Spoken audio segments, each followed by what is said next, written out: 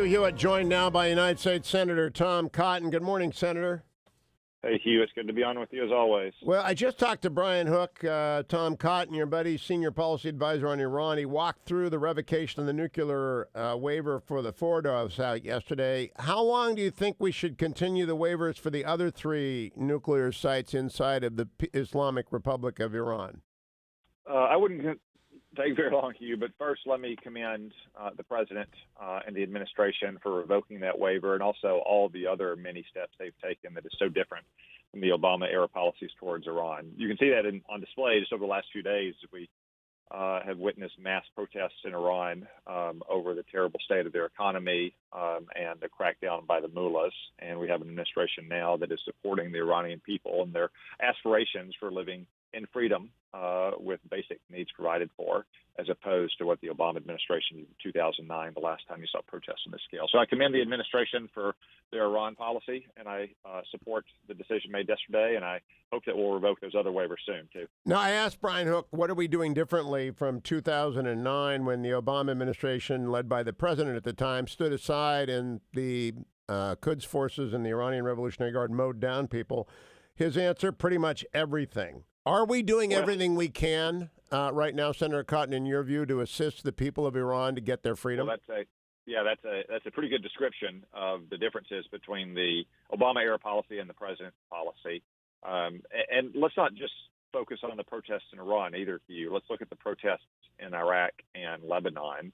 That's a direct result of our Iran policy. The mullahs have a lot of mouths to feed, not just their own people, but also groups like the paramilitary forces in Iraq or Hezbollah or Hamas. And the sanctions that we've put on Iran over the last 3 years have been squeezing their treasury. So as they cut back on funding for those organizations, many of which provide quasi-governmental services in the territories they control, as they cut back on subsidies in their own country, you see more and more unrest and protests against that situation. And again, that's a direct result of U.S. policy, not just the protests in Iran, but also in Iraq and Lebanon as well. Now, I know we're trying very hard to make sure people understand these are organic protests against the regime. They are not being fueled by the United States. But do you believe regime change is possible there? Hugh, dictatorships always seem very strong, and their collapse seems impossible until the moment it begins to seem inevitable. We just celebrated the 30th anniversary of the fall of the Berlin Wall, and who would have predicted that a few years earlier? Who would have even predicted the fall of that wall just a few months earlier, Hugh?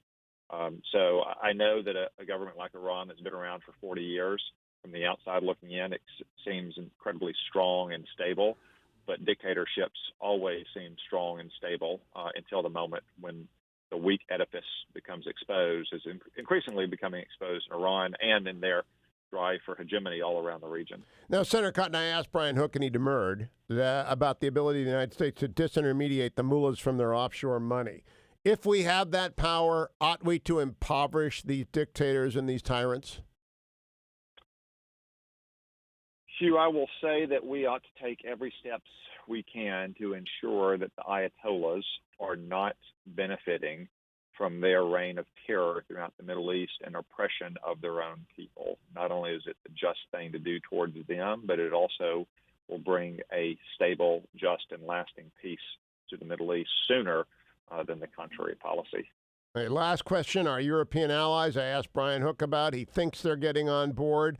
What say you? Do you see them finally figuring out that the JCPOA was a fool's errand and fool's gold and a dummy's idea? You know, the Metternich of MSNBC, Ben Rhodes, is out there crying about it every day, and Brian Hook dismissed that. But what do you think about our European allies? Does Ben Rhodes still have them under his hypnotic effect? Well, Hugh, I'll simply say that it's very hard for people to admit when they were wrong. So I would settle for the European allies simply to recognize the situation on the ground today, where Iran is no longer adhering to the nuclear deal either, and their people are rising up in protest and facing a crackdown by the Ayatollahs. If they'd be willing to do that and join us in our campaign of maximum pressure and sanctions against Iran, I wouldn't demand that they apologize for and express their regrets about the mistake that was the Iran nuclear deal. Do you worry, though, they attacked our drone, they attacked Saudi Arabia, because in response to the maximum pressure campaign, are you worried that we ought to be extremely vigilant right now that Iran will try a diversion again? Iran ought to be extremely worried about the American response if they were to provoke us, especially if they were to injure an American soldier or citizen in Iraq or Qatar or Bahrain or anywhere else we have Americans throughout the Middle East. Senator Tom Cotton, always a pleasure. Thank you, Senator. Iran remains front and center, but I return to the speech.